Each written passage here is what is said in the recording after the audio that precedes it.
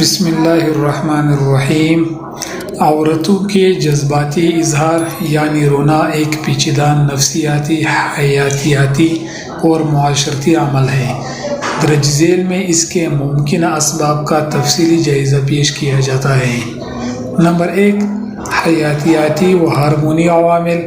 Hormones کی گردش ماہواری حمل یا تولید نطفہ کے مراحل میں ایسٹروجن اور پروجسٹرون جیسے ہارمونز کے سطح میں تیزی سے اتار چڑھاؤ ہوتا ہے۔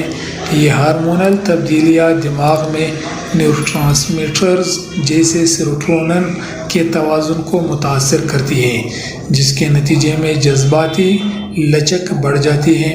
نمبر 2، حمل و مابعد حمل عاطفی تبدیلیاں۔ حمل کے دوران اور پیدائش کے بعد پوسٹ مارٹم بلا یا شدید صورت میں پوسٹ مارٹم ڈپریشن بھی رونے اور اداسی کا باعث بن جاتی ہے۔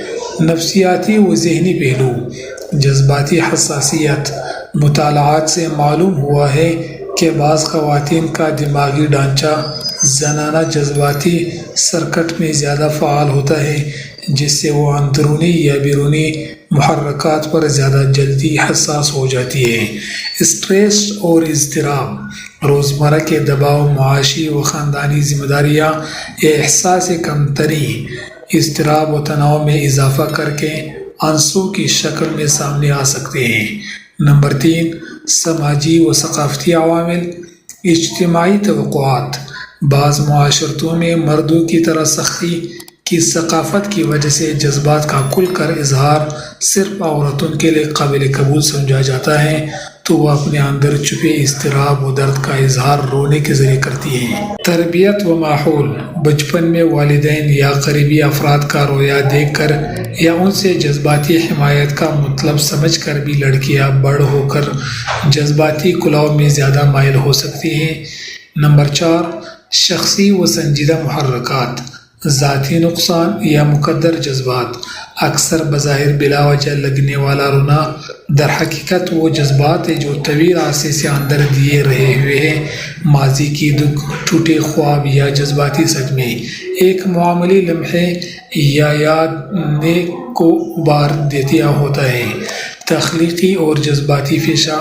مصور، شاعر یا اساتذہ جیسی فیلڈز میں کام کرنے والی خواتین میں دل کا گہرا تعلق تخلیقی جذبات سے ہوتا ہے، جو چھوٹی سی بات پر بھی آنسو کا سبب بن سکتا ہے۔ نمبر 5، نفسیاتی صحت و احتیاطی تدابیر۔ جذبات کا نوٹ رکھنا۔ ڈائری لکھے کہ کب، کہاں اور کیوں جذبات ابھرے۔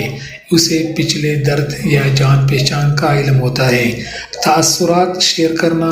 کسی قریبی دوست، فیملی ممبر یا آرٹسٹ کے ساتھ دل کی بات کرنے سے جذباتی بوجھ کم ہوتا ہے۔ توازن برقرار رکھنا۔ یوگا، مراقبہ، معتدل ورزش یا واک سے ذہنی سکون اور ہارمونی بیلنس بہتر ہوتا ہے۔ پیشہ ورانہ مدد۔ اگر رونا روزمرہ کے معاملات یا تعلقات میں خلل ڈال رہا ہو تو ماہر نفسیات یا کونسلر سے رجوع کرنا مفید ثابت ہوتا ہے۔ نتیجہ۔ خلاصہ یہ کہ بلا وجہ رونا دراصل اندرونی ہارمونی تبدیلیوں، جذباتی حساسیت اور ماضی کے دیے ہوئے احساسات کا مشترکہ اظہار ہے۔ اسے صرف کمزوری نہیں سمجھنا چاہیے، بلکہ یہ ایک قدرتی دفاعی اور ریلیف دینے والا عمل ہے، جس سے ذہنی دباؤ نکال کر دوبارہ توازن حاصل کرنے میں مدد ملتی ہے۔ اگر آپ یا آپ کے اطراف کوئی خاتون اس طرح کے جذباتی ابھراؤ سے گزر رہی ہوں تو ہمدردی، سماعت اور مناسب رہنمائی کے ذریعے انہیں اپنا تسلی دیں۔ دوستوں، اگر ویڈیو اچھی لگی ہے تو چینل کو ضرور سبسکرائب کر دیجیے گا اور گھنٹی پر کلک کر کے آل کو پریس کریں، اور آخر میں ویڈیو کو لازماً لائک اور شیئر کریں۔ تب تک اللہ حافظ، والسلام۔